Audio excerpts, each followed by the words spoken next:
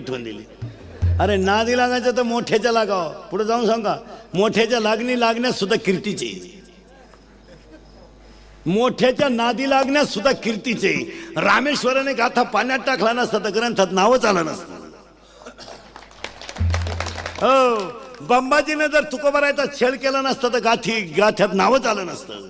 आणि विठोबा क्षेत्रानं माऊलीचा छळ केला नसता तर त्याचं ग्रंथात नावच आलं नसतं. मोठ्याच्या संगतीत सुद्धा फायदाच आहे. हा, नादी लागायचं तर दुबळ्याच्या काय नाही लागत. ज्याच्या अंगात कपडे नाही त्याला म्हणतो फाडून टाकीन. अहो त्यानं मोकळाच येतो आणि फाडितो काय. प्रेम करायचं तर मोठ्याशी, किरकोळ कारकोळ नादी नाही लागायचं. रावणानं बायको पळवली पण देवाचीच, काय होईल ते होईल. रावण असं किरकोळ कारकोळ कामं करीत नाही मुसलमान.